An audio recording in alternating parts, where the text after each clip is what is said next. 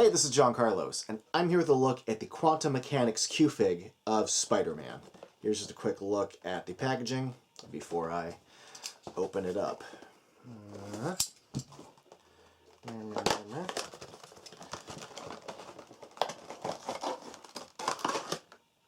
I like it. It's got a little Spidey backdrop.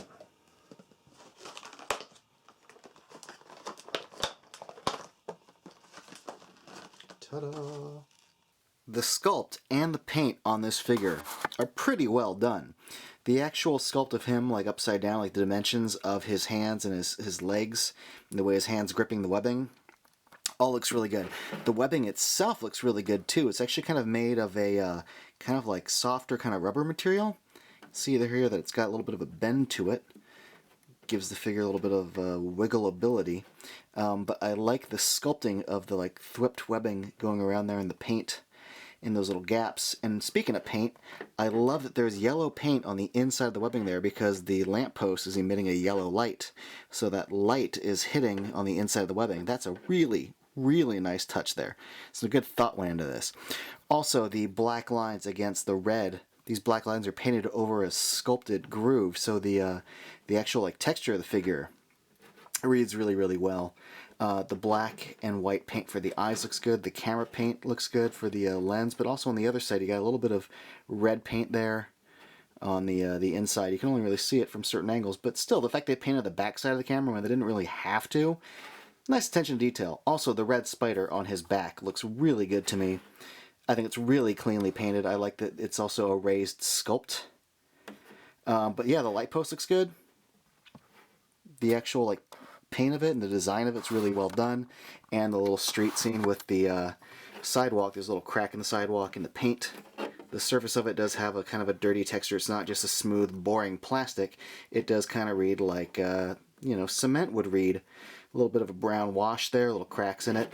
Overall, really striking looking design for this figure. I really dig this. The first thing that really strikes me is the design of the base. You know, a lot of the Q-figs have just like a flat surface base with a character on it. Even the more stylized ones, like Captain America on the cliff or Poison Ivy with the plant, it's still a character on a thing. This one's a little more different. It's not quite an action pose, but he's definitely in action. I love that he's got the camera. It makes me feel like they're capturing the essence of Peter Parker, not just Spider-Man. A lot of the Q-figs also feature them as like little kids, like little kid versions, but with Spidey, you know, with his mask on, you can't really tell that it's a kid in there as far as the design goes, but you still get the dimensions of it. You can see he's got like a shorter body and a bigger head. Just the fact that he's like upside down, all it still feels playful and Q-fig-ish to me.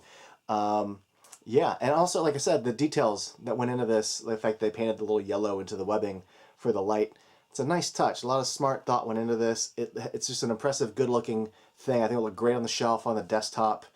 I dig it.